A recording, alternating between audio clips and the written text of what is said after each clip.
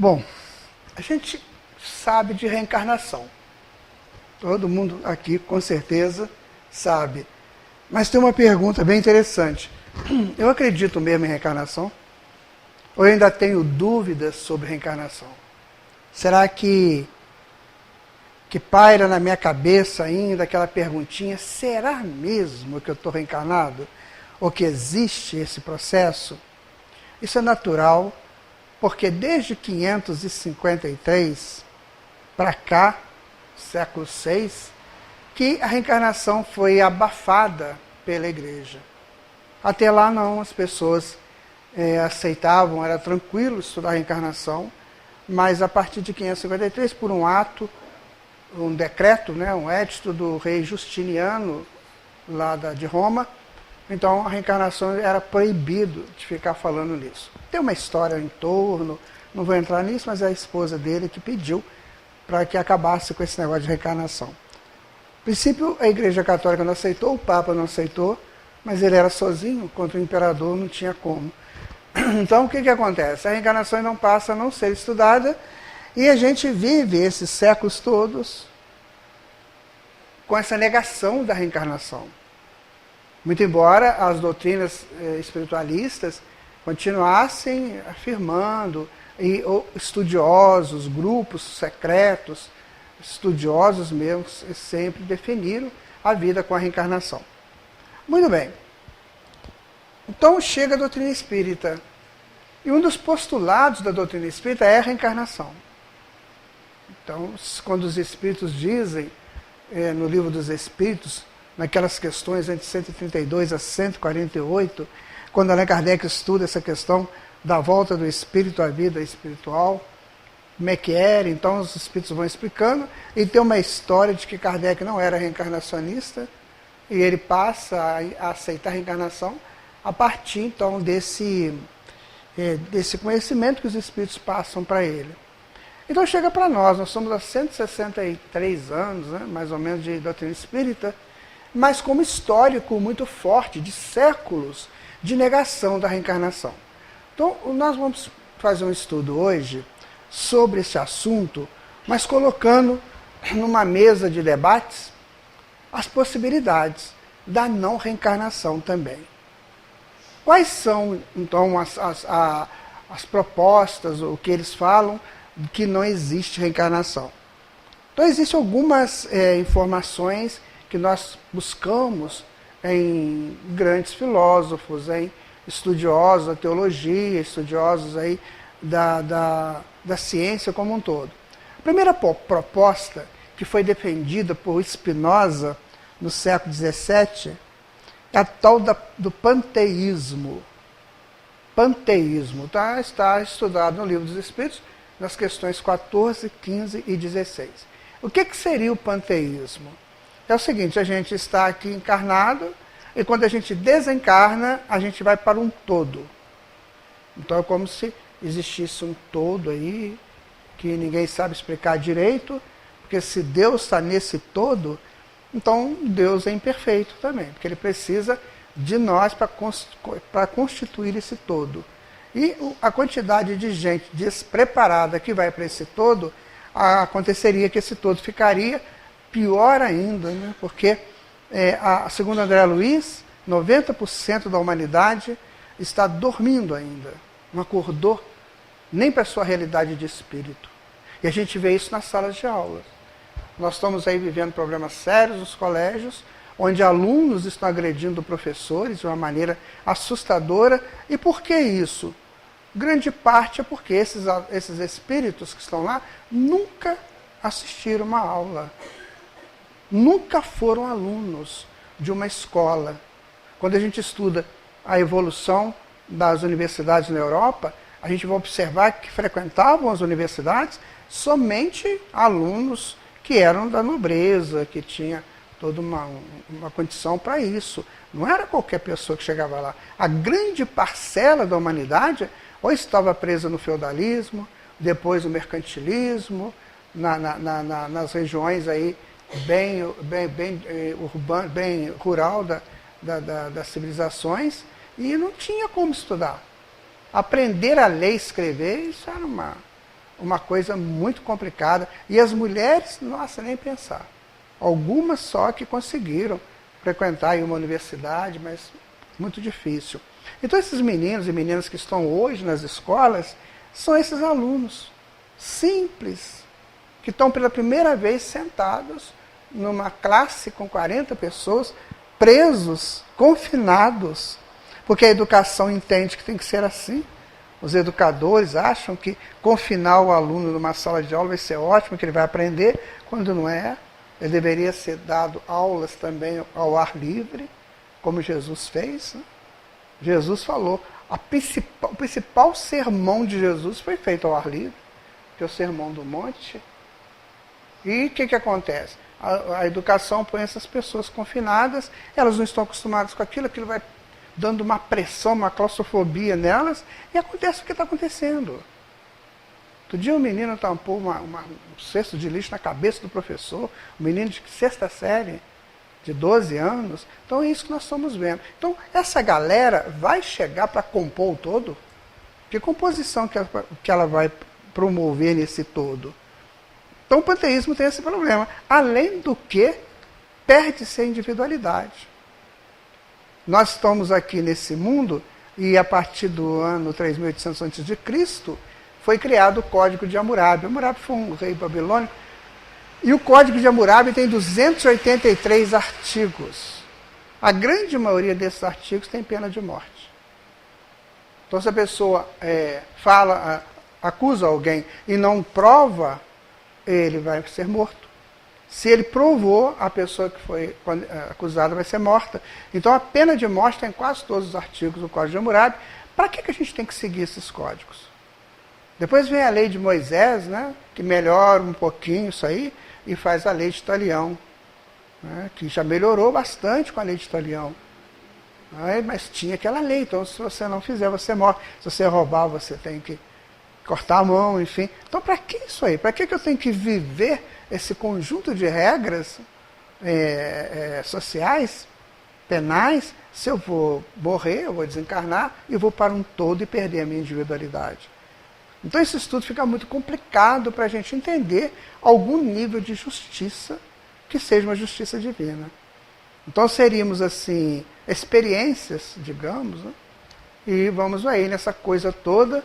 E o Spinoza ele falava o seguinte, que existe o mar da vida, como se fosse a vida fosse o mar, né? E André Luiz quase corrobora isso, porque ele fala que é o hausto do Criador, né?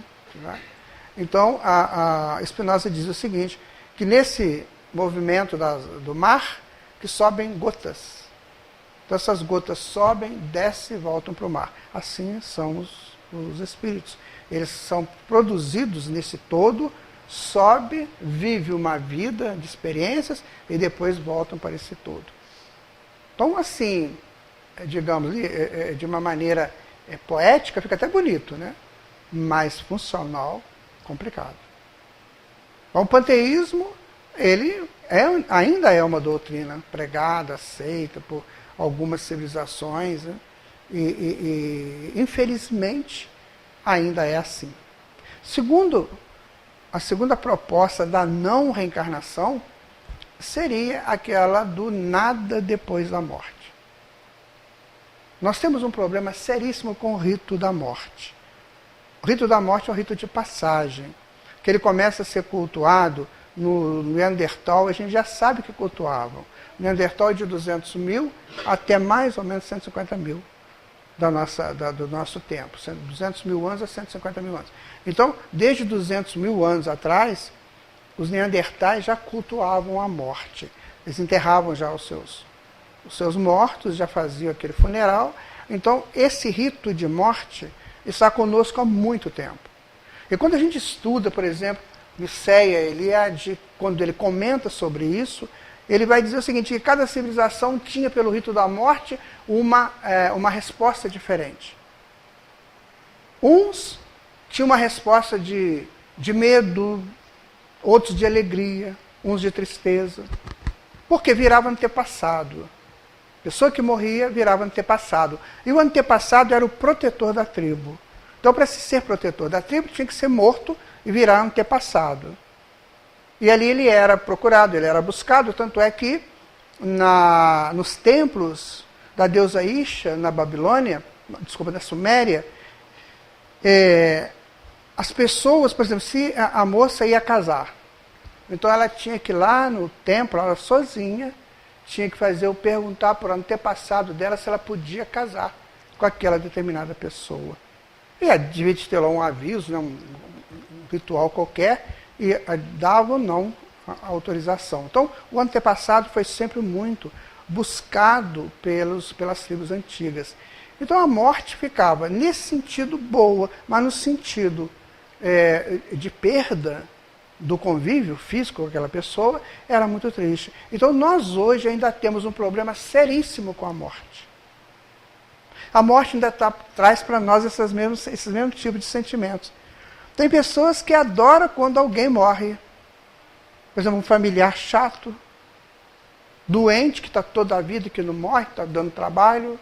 Ele gosta, ele vai fazer aquele papel, né, de pseudo-tristeza, mas no fundo ele está feliz. Olha, que bom que agora ele ainda fala assim, ele vai descansar. Mas na verdade quem vai descansar é quem fica. Né, porque a gente não sabe o que vai acontecer com o desencarnante.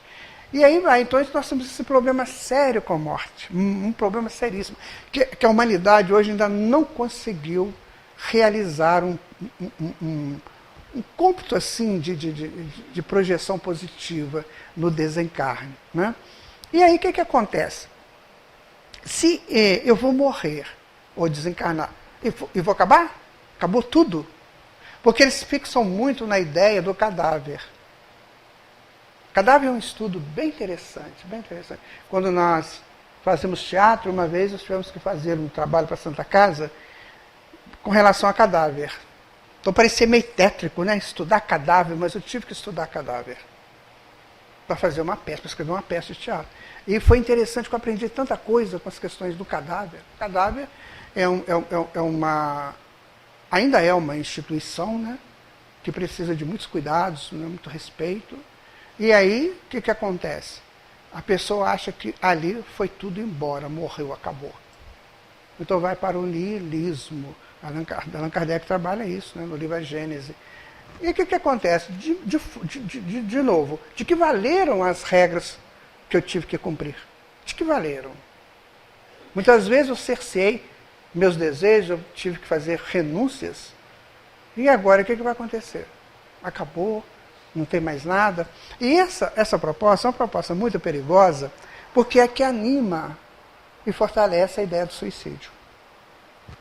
A pessoa não está bem com a vida, não está bem com a sua sociedade, com os seus problemas, com as suas situações, ela, vou suicidar porque vai acabar, vou morrer, vai acabar tudo, terminou. E ela então comete esse ato, que é um dos atos mais nefandos que o encarnado pode cometer. Tem uma coisa séria no suicídio que a pessoa pouco estuda e que está nos postulados espíritas, que é o tal do dupletérico. Dupletérico é o segundo corpo depois do corpo físico. São 7 corpos. O segundo corpo depois do corpo físico chama dupletérico, que é onde circulam as energias. Onde estão os chakras, os centros de forças, onde estão os meridianos, onde a gente recebe energia que vem do cosmos, que vem da Terra, que vem da natureza e dos outros. Isso converge todo no centro, e essas energias circulam, é que dá vida ao corpo físico. Então chama-se dupletérico. O dupletérico, ele morre com a morte física. Não sei se vocês já viram contar casos que no cemitério sai fogo das sepulturas, né? Costumam contar assim, que são as faíscas lá das sepulturas. É a queima do dupletérico. Ele morre com o corpo físico, numa única sessão do suicídio. Então, se o dupletérico tem energia para 70 anos e ele suicida com 25, ele tem mais 45 anos de energia. Então, ele vai ficar ali preso ainda aos restos mortais, no primeiro momento, depois vai ficar queimando essas energias aí de outra forma, mas transmitindo para o espírito as sensações da decomposição do corpo, dos odores, dos germes comendo. Muito comum a gente, às vezes, ouvir e ler sobre o Vale dos Suicidas, que os suicidas costumam enterrar a cabeça numa lama, porque a dor é tamanha que eles querem esconder e enfiam a cabeça na lama para ver se melhora um pouco. Então é muito chato a gente dizer essas coisas, muito tristes, mas é o que acontece. Então, esse negócio do nada depois da morte nega Jesus, nega Moisés, nega Kardec, nega tudo que a gente estuda aqui. Nega a nossa Constituição, nega os nossos códigos social, civil, penal, nega tudo isso. Porque eu tenho que seguir uma regra e daqui a pouco eu vou morrer e daqui a pouco acabou tudo. De que valeu isso? De que valeu a minha história? De que valeu? Não valeu nada. Morreu, acabou. Então isso não condiz com a justiça de Deus também. Tem uma outra proposta, que é a proposta do céu, inferno e purgatório. Né? O céu para os justos, os bons, o inferno para os que queimam, que precisam ser queimados pelo fogo, sendo que na antropologia a gente entende que o céu também tem fogo, que é o fogo que anima o trono de Deus. Ou então você vai para o fogo divino ou para o fogo do inferno. Você começa a estudar essas coisas, fica muito estranho. Então quer dizer que tem gente que vai para o céu, para o fogo divino, e outros vão para o fogo do inferno, para ficar ali eternamente queimando, mas Deus faz gente, faz filhos que não são capazes de crescer, de progredir, e mesmo porque, vamos ver as chances que um teve e que o outro teve. Né? Será que a pessoa que vai para o céu, ele teve todas as oportunidades de ser uma pessoa do bem, e o que vai para o fogo do inferno nasceu numa comunidade onde desde cedo ele já era laranja, já tinha que fazer tráfico, já tinha que criar um monte de coisas, meninas que cedo vão para a prostituição. Então, quer dizer, isso aí como é que funciona esse negócio? E ainda tem um problema, e as crianças? Quando elas morrem, para onde que elas vão? Do céu para o inferno. Elas não tiveram tempo para fazer o bem, para ir para o céu, nem tempo para fazer o mal, para ir para o inferno. Aí isso apertou a igreja na época, ela criou o purgatório. Então vai para o limbo, fica lá no limbo, para ver o que vai acontecer. Isso começou a ficar muito estranho, e aí começou a não também agradar as pessoas. Tem uma outra proposta, que é uma proposta meio estranha, chamada metempsicose, que é quando a gente desencarna, se a gente não foi legal, a gente volta como um animal, volta como um bicho. Olha, tem muita gente que acredita nisso. Tem culturas que acreditam nisso. Vamos fazer uma diferença? Se você pega os cromossomos de uma galinha com um chimpanzé, a diferença é só de 2 cromossomos, só de 2. Se você pega o chimpanzé para o homem, a diferença é de 18 cromossomos. Como é que você pode, numa diferença de 18 cromossomos, você voltar a ser animal? Se nem a galinha pode chegar a chimpanzé. Pode ser como um chimpanzé. E nem o chimpanzé voltar a ser galinha. Você começa a estudar genética e fala assim, isso não é possível. Definitivamente isso não é possível. Além do que, um cérebro que foi desenvolvido, já saindo do reptiliano, que é a base do cérebro reptiliano, que é o cérebro dos automatismos. Né? Então, se você sai do reptiliano para o córtex, para a zona do córtex, você já tem uma diferença imensa, que aquilo não encaixa num cérebro, por exemplo, de nenhum animal. Definitivamente encaixaria. Mesmo porque não é só o cérebro, é a estrutura mental, a estrutura do cérebro espiritual também, do perispírito. Então essa coisa é muito estranha, ela só embala nenéns. Ou então pessoas que são fundamentadas em culturas milenares. Mas para a gente que está estudando espiritismo, tem uma outra proposta que é uma proposta meio estranha também, muito difundida aí, que é o seguinte, que Deus cria um filho, um espírito, né? E bota para evoluir. E vai dando chance. Se essa pessoa for para o caminho do bem, achar a árvore da vida, né, que é o que está lá no mito de Adão e Eva, se ele achar a árvore da vida, tudo bem, vai em frente. Se ele não achar, ele vai ficar comendo o fruto da árvore do bem e do mal, então ele vai ficar dançando entre o bem e o mal pega ele. Aí chega uma hora que o mal pega e ele não tem condições de sair do mal, ele sempre mal. Aí o que Deus faz? Elimina aquele espírito para sempre.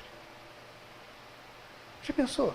Então Deus é um cientista maluco de um laboratório mais maluco ainda. Que fica fazendo experiências. Experiência número 385 não deu certo. Tem um filme na Netflix agora, não sei se vocês já viram, né? A I Am Mother, já viram? É uma mãe, computador, né? Que ela congela os embriões, né? Se congelaram os embriões de humanos e estão formando uma nova civilização de humanos, né? Então, o humano que não dá certo, ele é cremado. É a mesma coisa. Você viu o filme? Né? Se não dá certo, cremou. É o 1, 2, né? 1, 2, o 3. Se não deu certo, crema. Acabou. 65 mil, né? Milhões, não sei, de embriões que tem lá. Então, se não deu certo, isso aí é uma doideira. Isso é para humanos fazer experiências de humanos, não experiências de Deus. Então, minha gente, a gente olha essas propostas da não reencarnação, fica complicado, porque aí vem a doutrina espírita, dizendo que nós somos espíritos em processo de evolução, ainda em estágios muito primitivos dessa evolução, e que a gente vai, ao longo das encarnações, mudando, melhorando, até sairmos do ciclo de reencarnação, que corrobora muito com o estudo de Buda, por exemplo, do Mahabharata, que é do hinduísmo, que você vive num ciclo de reencarnação chamado Sansara. Então você entra ali, vai girando, você não precisa mais de reencarnar, acabou, você já agora vai ter outras experiências. Então isso é muito mais confortante e me explica por que eu tenho que seguir normas, regras, códigos, por que eu tenho que ser uma pessoa do bem, por que eu tenho que fazer, às vezes... Eu não gosto dessa palavra renúncia, não, tá, gente? Porque renúncia coloca a gente muito no estado de passividade. Ah, eu renunciei pelo Renato. Ah, coitado de mim. Eu não gosto muito de renúncia, eu gosto muito de virtude. Virtude vem do virtus, que é uma palavra italiana, latina, e significa força. Então eu fiz uma força muito grande para ajudar o Renato. É melhor do que uma renúncia. A força é ativa e renúncia é passivo. Mas é uma questão, né, de proposta só. Então a reencarnação, ela passa a ser lógica, muito lógica, por quê? Deus não está fazendo experiência, Deus está promovendo a evolução das suas criaturas, através de um processo criado por Ele, que aqui nós estamos nesse universo, que é um universo que nos dá de tudo, que nos dá em abundância, tudo que nós precisamos, o universo nos dá, inclusive a misericórdia, quando nós estamos muito errados. Estamos muito errados, a gente tem a misericórdia. Mas Jesus falou uma coisa que é complexa em relação à misericórdia. Ele falou assim, bem-aventurados os misericordiosos, porque alcançarão misericórdia. Olha, cada misericórdia que eu recebo, eu tenho que pagar 2 misericórdias. A primeira pela que eu recebi. A segunda pela doação que eu sou obrigado a fazer. Então Jesus fala o contrário. Sede misericordiosos, porque aí você acumula créditos. Você vai precisar da misericórdia. De qualquer jeito a gente vai precisar. E quando você precisar, você tem crédito. Você não passa a ser devedor. É uma poupança, né? Então está lá no Sermão do Monte, Mateus 5, versículo 6. Então você tem que fazer a misericórdia. Seja misericordioso. Então a gente tem tudo isso. Então, essa visão espírita da reencarnação, porque, vejam bem, vamos lá, os hindus eram reencarnacionistas, os satoístas eram reencarnacionistas, aquelas doutrinas da China, do Japão e da Índia, principalmente, né, do Tibete, todos reencarnacionistas, mas eles ficam muito na teoria. Assim, eles não explicam, não abrem uma explicação para como a doutrina abre para nós. Então a gente vai para o mundo espiritual, ficar lá um tempo para aprender, para rever as coisas. Aí Allan Kardec faz uma pergunta mágica para os espíritos, quando ele fala assim, a gente podia evoluir sem ter necessidade de reencarnar? Pode sim. Só que vai demorar muito mais tempo. E agora nós vamos entender porque que demoraria muito mais tempo. Né? Então vejam bem, a reencarnação, a não reencarnação, nos coloca nessas possibilidades que a gente falou aqui. Né? Da volta ao todo, do nada, da questão da mente em psicose, né? Que você volta bicho, você voltar, né? Ficar bicho, e daquela proposta do céu, inferno, purgatório, ou seja, ficam umas coisas muito estranhas e que levam muita gente a desanimar da vida, desanimar das suas necessidades evolutivas. Então, se nós estamos reencarnados, então nós precisamos de um corpo físico. Não tem outra maneira, é um corpo físico, né? Que é uma estrutura feita de osso, de músculo, de carne, de veias.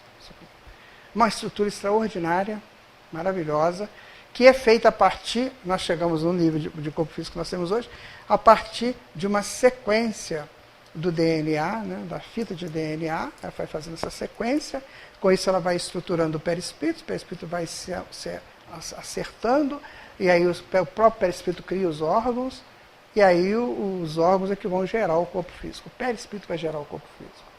Certo? Ora, se o perispírito gera o corpo físico, então nós somos os geradores dos nossos corpos. Então os nossos corpos estão na razão direta da nossa evolução e da nossa necessidade neles. Então, se, por exemplo, no meu caso, eu sou de estatura baixa. Em outras encarnações, provavelmente, a minha estatura era alta. O que é alto hoje pode... Então, isso são necessidades que o espírito tem para ele fazer a sua evolução naquele momento específico. Então, às vezes, a pessoa nasce com um processo de problemas mentais, problemas físicos, problemas... depois vão aparecer problemas nele, enfim, porque ele precisa exatamente, ele moldou aquele corpo para ele. Então vamos imaginar como é que seria, o que o corpo físico pode nos ajudar nesse processo. Vamos pegar o primeiro. Nós vivemos no mar, assim como os peixes vivem nos oceanos, baleias, tubarões, enfim, nós também vivemos no mar, só que o nosso mar é de frequências, é de vibrações.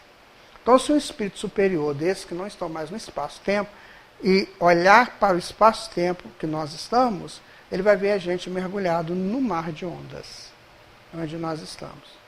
A prova disso é a gente sentir bem ou mal no ambiente, bem ou mal na presença de alguém, né? Bem ou mal diante de uma notícia. Então, nós estamos no mar, nesse mar de frequências. E seria muito difícil para o espírito viver nesse mar de frequências se ele não tivesse um escafandro que o protegesse. Aqueles como a Idade Média, os guerreiros, né, iam para as guerras, botavam aqueles escafandros, aquelas armaduras. Os astronautas também colocam isso, para quando vão aí para essas viagens deles, eles colocam aquilo para uma proteção. Então o corpo físico, o primeiro ponto dele é servir de proteção dessas frequências. Então nós podemos encarnar, viver nesse mar de frequência e ainda assim ter uma vida. Ter uma vida mais ou menos tranquila para a gente poder fazer aquilo que a gente precisa realizar. Vocês já tiveram a oportunidade de estar andando na rua, pisar no lugar e ficar tonto, quase cai? Já viveram isso? Isso acontece muito. Às vezes tem um redemoinho energético que a gente não sabe, igual no mar, né? No rio. Não tem o redemoinho? Você entra no redemoinho e ele te puxa, né? Então a mesma coisa, tem redemoinhos de frequências. Aí você pisa, quando você pisa, você fica tonto, né? As primeiras vezes a gente quase cai, depois a gente aprende que isso é... Você pisou num lugar que deveria não pisar, mas você também não sabia, né? Aí você pisou. Por exemplo, você anda na rua muito assim, distraído. Você anda com a cabeça lá na lua. Aí você pode sofrer dor de cabeça, pode sofrer ansiedades, anseios terríveis. Ah, eu tenho que ir embora para casa, meu Deus, não estou sentindo bem, eu tenho que ir embora para casa, estou com dor de cabeça. Por quê? Porque você está no mar de frequências, essas frequências não estão te fazendo bem. E o corpo físico, então, nos protege. Mesmo a gente sentindo, imagina sem o corpo físico. Então, o corpo físico tem essa probabilidade de nos amparar para essa vida aqui. É uma vida pequena, gente, olha, vamos botar uma vida de 80 anos, tá? Que é uma vida bem longa, né? Tem mais, é claro, mas hoje a expectativa do brasileiro é de 73 anos. Então, 80 anos já está bem acima da expectativa. Mas você imagina, uma vida dessa de 80, 90 anos, isso não é nada na eternidade. Os estudiosos do passado, os grandes mestres das doutrinas antigas, dizem que isso é um piscar de olhos na eternidade, ou seja, um segundo na eternidade. Muito pouco tempo. Então a gente vai viver muito pouco tempo aqui. E à medida que a gente vai evoluindo, a gente vai ficando mais tempo no mundo espiritual. Porque lá no mundo espiritual a gente tem mais tranquilidade para poder fazer essa evolução, mas a gente tem que vir aqui. Certo? O Allan Kardec também coloca, né? Ele fez uma pergunta aos espíritos, a respeito dessa questão de conhecimento. E aí os Espíritos dizem assim, que o que a gente aprende aqui em 10 anos lá é em 1 hora. Por quê? Porque aqui a gente está sob pressão. Por isso que a gente tem muitas teorias erradas. A ciência, ela fala uma coisa hoje, já está falando outra amanhã. Hoje é tudo muito assim, você já não pode saber se você pode acreditar naquilo, que daqui a mesma hora que estão falando, fazendo o contrário. Nós tivemos até 1906, por aí, a teoria da física clássica do Newton, que era o suprassumo. Vieram Niels Bohr, né? Veio o Eisenhower e veio o Einstein, mudou tudo isso. Criou a teoria quântica, e aí já começa a mudar tudo. E a teoria quântica já está crescendo num tanto que daqui a pouquinho aqueles rudimentos da teoria quântica já começam a não valer mais, né? Porque já tem outras. Por quê? Porque nós temos que estudar muito tempo para apreender a verdade de uma maneira mais ampla. Segunda possibilidade importante do corpo físico é uma coisa que muita gente às vezes não gosta, que é o esquecimento temporário do passado. As questões 333, 332, 33 dos livros dos Espíritos. O que acontece com isso? Se eu vou reencarnar e preciso de ter uma experiência nova, se eu trago à tona toda a minha vivência passada, eu me perco na minha vivência passada. Não vou nem falar esse negócio de eu vou encontrar na minha família pessoa que não foi boa para mim. Isso aí já é clichê. Todo mundo já sabe isso. Eu estou dizendo o seguinte, se a gente for reencarnar e ficar com a cabeça aberta para tudo que a gente já viveu lá. Então, por exemplo, naquela época lá que nós fomos guerreiros, né? Esses guerreiros do Império Romano, que está mais próximo, quando indo muito longe. Então o que acontece? Se a pessoa fizesse mal daquela pessoa, daquele guerreiro, o que ele fazia? Pegava a espada e cortava a cabeça. Isso é natural, sem problema nenhum. Não tinha polícia, não tinha nada disso. Cortou, acabou, ia embora. Alguém pegava a cabeça, enterrava, se enterrasse, e pegava o corpo e jogava onde que ele quisesse, mas ele me amolou, cortei a cabeça dele. Imagina se a gente vivesse com essas lembranças. Como é que a gente ia viver? A gente ia viver assim, absolutamente fora de um eixo possível de equilíbrio, de harmonia. A gente não ia conseguir. Né? A gente, por exemplo, eu lembro de uma novela que passou na Globo, chamada Bem Amado, que tinha o Zeca Diabo, vocês lembram disso? Lima Duarte que fazia esse papel, né? Do Zeca Diabo. O Zeca Diabo, ele era um matador mesmo, né? Um matador terrível. E aí teve uma cena muito interessante que ele entra num banheiro e tem um sujeito lá, não sei, lavando o rosto, qualquer coisa assim. Aí ele olha pro cara e fala assim, não gostei de tu. Pá! Matou. Do nada, não gostei de tu. A gente ia viver assim. Imagina se hoje já é complicado viver em sociedade, imagina se eu lembraste todo o meu passado, né? Agora podemos dar um alôzinho na relação de família. Imagina se eu identifico a minha mãe como minha agressora do passado, meu pai, meu irmão, minha irmã, esposa, eu não ia ter condições de viver isso. Então o esquecimento do passado, ele dá para a gente uma coisa muito interessante. E tem pessoas que adoram falar que tem vontade de fazer terapia de vida passada para saber o que foi no passado, certo? Vamos analisar rapidinho umas coisinhas do passado. Pode ter acontecido comigo, com vocês ou não. Então vamos pegar a França, mais ou menos 1200, por aí, 1100, 1200, onde as jovens donzelas casavam com 12 anos, né? 12 anos tinha que casar. Teve a menarca, meu amigo, casa imediatamente. Por isso que as mulheres usam cabelo compridinho assim, sabe? Que o símbolo disso é, estou pronta para casar. Então a menina quando chegava nessa idade, o cabelo dela crescia, e aí o moço olhava, naquela ali já teve a menarca, então ela já pode casar. Vocês sabiam disso? Pois é. Eliana Percival, leia o livro dela. Segredos da Idade Média, vocês vão ficar encantados. Ou enojados, mas tem muita coisa lá. Então ela conta isso, que as meninas deixavam o cabelo crescer para dizer para o rapaz, ó, já posso ser mãe. Então esse era o recado. Muito bem. Aí vem o mês de maio, que é o mês das noivas. Não é isso? Mês de maio, mas por que o mês de maio é o mês das noivas? A Helena vai contar para a gente. Que a moça, a noiva, ela só tomava banho uma vez no ano. Uma vez no ano ela tomava banho. Certo? E quando que ela tomava banho? No mês de maio. porque o casamento era em junho. Então, mesmo assim, depois que eu tomou banho, ainda tinha um mês ainda para casar. E a igreja era cheia de flores. Para quê? Para espantar os odores, né? A própria noiva levava um buquê, né? Ou leva ainda. Para quê? Para espantar o odor também, para o noivo não ficar muito desanimado, né? Então é isso que é o nosso passado. Comia-se com a mão. Unha suja. Né? Sentava aqueles banquetes, quando vi falar que esses banquetes maravilhosos, né? Que a Cleópatra participava, a Liz Taylor, linda, né? Vocês acham que a Cleópatra era linda que nem a Liz Taylor? Vai, essa Cleópatra era horrível para os nossos padrões de hoje. Então, elas pegavam na mão. Aí apareceu uma princesa sueca que foi visitar a França, e lá ela já comia com um garfo. Quando ela desembrulhou o garfo dela, que começou a usar, excomungou todo mundo. Porque o garfo é um tridente do diabo. Não pode comer com o tridente do diabo. A igreja excomunga todo mundo que come com garfo. Gente, era isso que a gente vivia. Eu estou contando só um pouquinho assim que eu posso contar. Porque tem coisas mais bravas.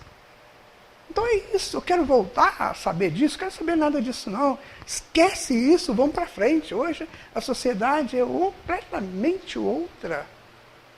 Certo? Outra grande proposta maravilhosa do corpo físico é o dreno que ele faz da mente. Então a gente está cheio de complexos do passado, cheio de problemas que a gente traz, que a gente arruma por aqui mesmo, e aquilo cria complexos, que o Jung chama de complexos, né? Joana de Ângeles também. Eu gosto muito de falar bolsões, né? Você pega aqueles bolsões energéticos daquelas coisas negativas que eu fiz e fica lá na mente. Não pode ficar lá, tem que sair. Então, o corpo físico, por ser mais denso, o que ele faz? Ele puxa aquela energia e aquela energia sai através do corpo físico, que são as enfermidades. Então você vê falar assim, quer ver? Fulano está com câncer. Aí você fala, coitado. Não, coitado não. Que bom que ele está drenando o perispírito dele.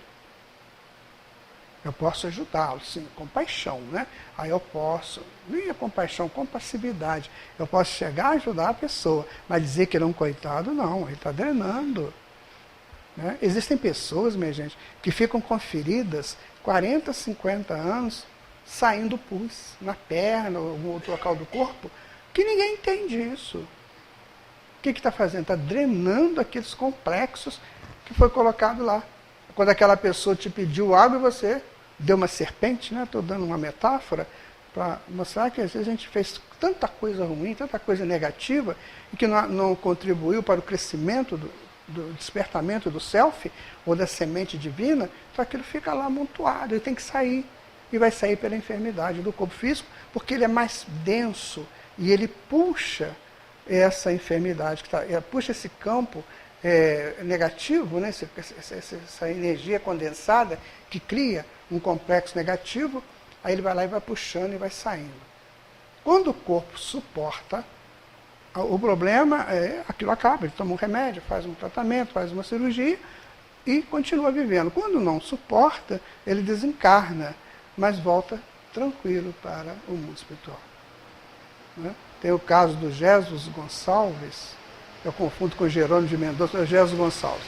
Jesus Gonçalves, ele foi um grande guerreiro, né? Parece que da África, e ele matava, que era uma beleza. Enfiava a espada no peito dos outros, era uma coisa séria. Esse senhor, então esse espírito vai reencarnando até que ele reencarna no Brasil, e em um determinado momento da vida dele ele dá lepra. Fica com lepra. Então a lepra é uma doença do sistema nervoso. Né? E aí ele começa a deteriorar as células. E num estado mais avançado da doença, ele faz um buraco aqui no peito. Então a lepra come o peito dele, sabe? Fica aquele buracão horrível. Não sei se vocês já viram pessoas leprosas, né? Mas é muito complicado, né? Aquilo ali. Então ele disse que quando ele desencarnou, passado um tempo, teve uma pessoa que em desdobramento encontrou com um ser lá no mundo espiritual que era um jorro de luz que saía do peito desse ser. Aqueles jorros de luz, sabe, aquela coisa. Aí ele perguntou, meu irmão, quem é você? Eu sou Jesus Gonçalves. O que se deduz? Daquele processo todo da dor, virou o quê? Uma usina de luz. Então isso é o corpo físico. Quando a gente briga com as enfermidades. Para que brigar com enfermidades? A enfermidade é a minha cura. Eu tenho que passar pela enfermidade sem sofrimento. Porque a maioria do sofrimento a gente cria em cima da enfermidade. Porque Deus dá para a gente a medida certa, né? Para a gente suportar. Então a gente fica muito sofrido. Por quê? Ai meu Deus, está doendo. Ai meu Deus, traz o remédio. Então a gente cria um sofrimento em cima daquilo que é necessário realizar. E com detalhe, a gente às vezes concordou com isso antes de reencarnar. Então veja essa importância do corpo físico para nós. Nós precisamos do corpo físico para nos ajustarmos às frequências ambientes. Precisamos como uma tela, né, do nosso passado para a gente poder crescer, evoluir com naturalidade, criar uma nova vida. É como se naquele dia eu tivesse usado cartões de crédito acima da minha possibilidade de pagar, que eu tivesse brigado com todo mundo, e chego em casa de noite e eu falo, nossa, quanta bobagem eu fiz hoje. Ah, meu Deus, se eu pudesse dormir e esquecer tudo isso. E começar amanhã um novo dia, né? A reencarnação é isso. O corpo físico dá essa possibilidade pra gente. Esquece tudo que você fez, vamos pagando isso com calma. Não é pagando, vamos resolvendo isso com calma, dentro da sua possibilidade. Você vai lembrar daquilo que for necessário. Por exemplo, você vai lembrar de como anda, de como fala, de levar a comida na boca certinho. Você vai lembrar, se você for ter que trabalhar na música, você vai lembrar das suas experiências e seus conhecimentos na música, ou outra profissão qualquer, só o necessário. E agora vamos formar uma nova situação, que essa nova situação vai te ajudar a resolver os seus problemas. Então essa é uma das grandes possibilidades do corpo físico, além de limpar no perispírito. Muito bem, então, estamos reencarnados, né? Estamos num corpo físico. O que a gente tem que fazer agora? Jesus falou assim em Marcos 2, cumpriu-se o tempo, o reino de Deus está próximo, arrependei-vos, pois. Aí se você analisar cada frase dessa, cumpriu-se o tempo. Que tempo? O tempo da ignorância plena, que veio aí desde 7 milhões e meio de anos, que a gente está no homem, né, até a época de Jesus, 2000 anos atrás. Então cumpriu-se o tempo, ou seja, o tempo para você se arrumar, para você ficar um homo erectus, para você ficar um homo habilis, um homo africanus, o homo neandertal, desonoviano, o homo sapiens, cumpriu isso tudo. Então agora o reino de Deus está pronto para você. Agora você tem que espiritualizar. Então arrependa dos seus erros e vamos que vamos. Então essa é a frase de Jesus. E aí você fica pensando, mas o que eu poderia fazer para acelerar isso? Quais seriam as minhas posturas agora que cumpriu o seu tempo? Para todos nós. Então, o Harold Gardner, que é um psicólogo dos Estados Unidos, ele escreveu um livro muito interessante que nos ajuda a entender um pouco essa coisa. Então o livro dele chama 5 Mentes do Futuro. Então ele faz 5 propostas de mentes do futuro que nós temos que desenvolver em nós para a gente viver essa nova fase. Essa nova era que tá chegando aí. Primeira mente seria a mente disciplinada. Sem disciplina nós não vamos a muitos lugares, não. Nós vamos ficar presos a um estacionamento aí que a gente não vai dar o primeiro passo, porque tudo tende à disciplina. Você não pode chegar lá no céu, como no desenho animado, e pegar o sol e fazer ele andar mais rápido ou menos rápido, que na verdade quem anda é a Terra. Né? Mas você não pode fazer isso. Você não pode pegar a Lua lá e tirar a Lua do lugar. Então você não pode fazer coisas que você às vezes gostaria de fazer na sua imaginação. Então você tem que se disciplinar para aquilo que existe. Eu moro numa sociedade, essa sociedade ela tem essas características tais, ou numa civilização, então eu tenho que me adaptar a essa civilização. Então eu tenho que ser disciplinado dentro disso para eu não cometer enganos demais. A segunda mente que ele propõe é a mente de síntese. Que é extraordinário isso. Poucas pessoas fazem sínteses. Ou seja, você lê um texto do livro, em vez de você parar para fazer uma reflexão, né, para fazer a apreensão daquilo que você leu, sintetizar o que você acabou de ler, então você está querendo passar para frente. Quer ler o livro, igual o grupo de estudos, né? A pessoa quer estudar um capítulo no dia ou 2, do jeito que der. Não, você tem que ir com calma. Vamos sintetizar. Então, Calderaro falou que o cérebro físico é igual ao cérebro espiritual, ambos se ajustam. Meu Deus, isso aí é um seminário. Está no mundo maior, no livro No Mundo Maior, né? Então, isso é um seminário. Como é que funciona isso? Como é que se adapta? Ele ainda fala o seguinte, para a mente poder se expressar melhor. Pronto. Aí você vai lá no André Luiz, de novo no outro livro, e vai falar, o cérebro é o ninho da mente. Então, isso não é para ser estudado assim, de qualquer maneira, ampassando, não. Tem que sintetizar isso. Vamos lá, o que significa o cérebro físico, o cérebro espiritual, o que são os lobos, né? O occipital, temporal, frontal, o que são os córtex, o que é o córtex, o que é o hemisfério norte, o hemisfério direito, o hemisfério esquerdo, o que é o pré-frontal, quando ele estuda. Está vendo? Pronto, você já começou a estudar. Você está sintetizando aquilo que foi dado. A gente assiste uma palestra, por exemplo, do Biratã, né? Então o que você tem que fazer? Meu Deus do céu, ele falou tanta coisa. Eu tenho que parar para pensar o que ele falou. Ele faz uma palestra lá na Fundação João de Freitas. Termina 11 horas, né, Biratã? Que é a hora do almoço. Tenho que correr para casa para fazer o almoço. Então não vai na palestra, pelo amor de Deus. Para, pensa. O que foi dito agora?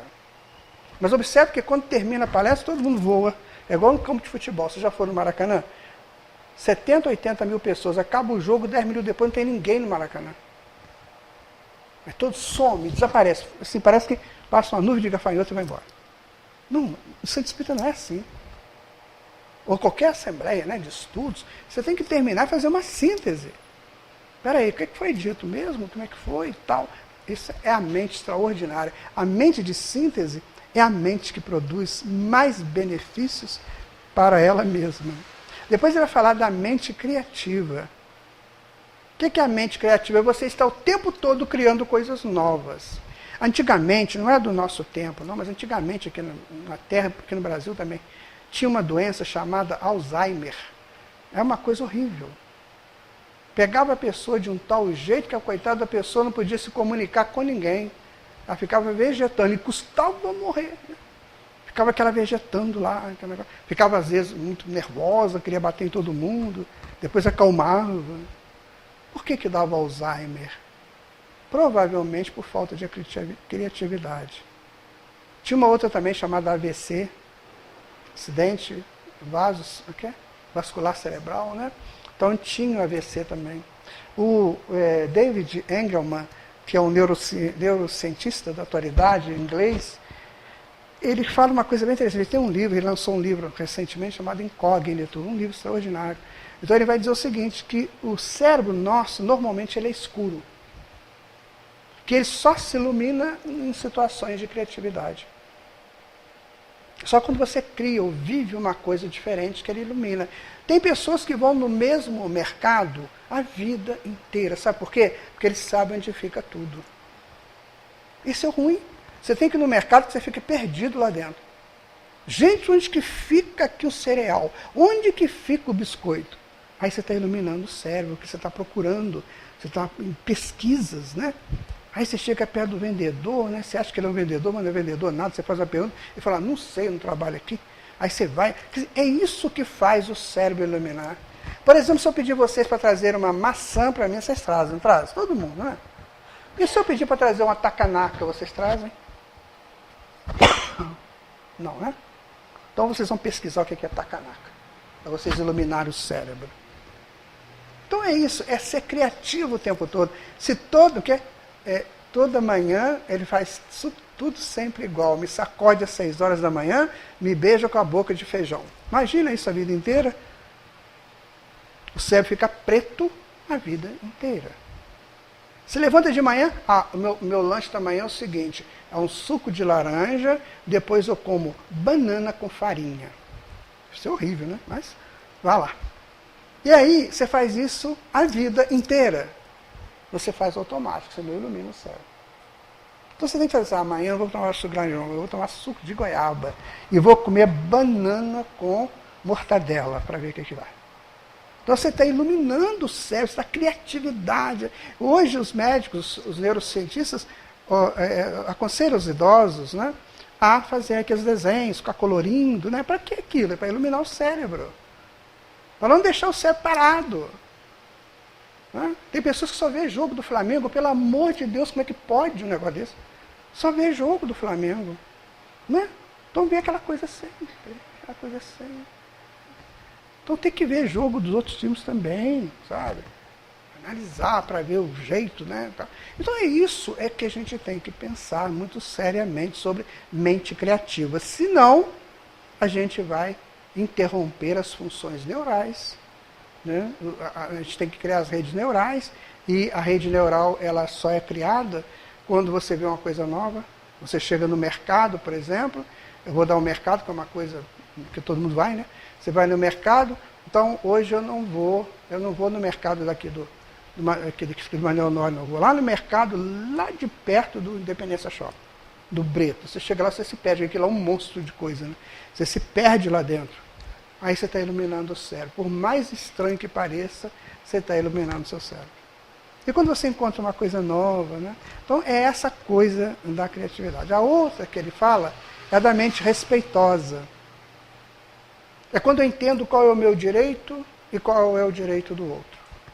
Então o meu direito termina quando começa o direito do outro.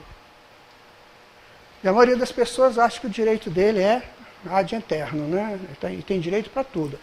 Ali onde que eu moro, na subida da Independência, perto da maternidade, sabe onde é? Ali no hospital, né? Tem uns carinhas que põem, não sei se é cadrão, que eles põem na moto, no treco lá. Eles só fazendo um barulho infernal. Infernal. O que ele recebe? Frequências negativas. Depois a moto cai, ele morre, chega no hospital. Por que você morreu? Porque você fez isso. Quer dizer, ela acha que o direito dele é pleno. Às vezes uma mãe, né, que o filho acabou de dormir, tá, de um bebê, né, o cara passa, a criança acorda assustada. Quer dizer, cadê o meu dever? Uma vez eu conversei com uma moça, né, que a moto dela tem isso. Eu perguntei para ela. Falei assim, você é uma menina tão bonita, tão elegante, tão linda. Por que você faz isso? Sabe o que ela falou para mim? Para encher a paciência dos outros mesmo. Depois acontece um problema qualquer, não reclame. Porque tem retorno, né? Então a mente respeitosa é quando eu respeito o direito do outro. E depois, por último, ele vai propor a mente ética, que é como eu me comunico, como me relaciono com as coisas, circunstâncias, pessoas, objetos, instituições, conceitos. Então eu tenho que ter um respeito muito grande, como Voltaire diz. Eu posso não concordar com nada do que você diz, mas eu vou defender até o último instante o seu direito de falar. Então isso é ética. É quando eu permito que o outro seja como ele é. Se ele me pedir uma ajuda, a gente dá um toque, né? Mas se ele estiver certo na posição dele, deixa ele seguir. Não tenho que brigar com ele. Não tem muita briga religiosa hoje. Não tem esses meninos, coitados. Eu já estou sentindo pena deles, que fizeram esse filme agora, né? Portal dos Fundos, né? Eu tenho uma... Porta dos Fundos. Eu tenho uma pena deles. Porque eles tentaram falar daquele que provê a vida deles. Sem Jesus nós não viveremos um segundo aqui. Que pena que eu estou com ele, desses moços. Meu Deus. Que abismo que eles cavaram para eles mesmos. Que abismo que eles cavaram. Nossa, eles vão ter que recuperar isso, mas vai demorar muito, mas eles têm o direito de fazer. Não vale a pena ficar jogando coquetel molotov lá, não vai resolver nada. Não é isso? É o direito deles, então tem que ser ético. Mas eles já estão condenados por eles mesmos. Né? Assim, Jesus não fala isso, ele já está condenado por ele. Então eles vão ter que resolver isso. Ainda teve um deles lá, que parece ser o líder, né? Um tal de Porchat, né? Porchat. Ele falou assim, com Deus eu me entendo. Eu falei, coitado. Você não é nem um cisco perante de Deus. Não é nada. Você é uma proposta, uma poeirinha. E vai resolver com Deus? Então você vê que são pessoas muito infantis para fazer isso. Você vai analisando. Então, minha gente, é isso. Estamos reencarnados. Com um propósito. Temos um corpo que a gente tem que proteger esse corpo, respeitar esse corpo, não mandar toxinas para esse corpo. Ter um cuidado muito grande com a honra. A honra, aliás, é um dos textos que estava lá no portal de Delfos, né? Lembra daqueles 12 sábios? Que escreveu, 7 sábios, né? Até o Sócrates se refere a eles, que falou do conheça-te a ti mesmo. Quando você estuda, são 147 preceitos. Um deles lá é esse, né? Cuide da tua honra. Então, cuida da honra para você se manter no nível de elegância.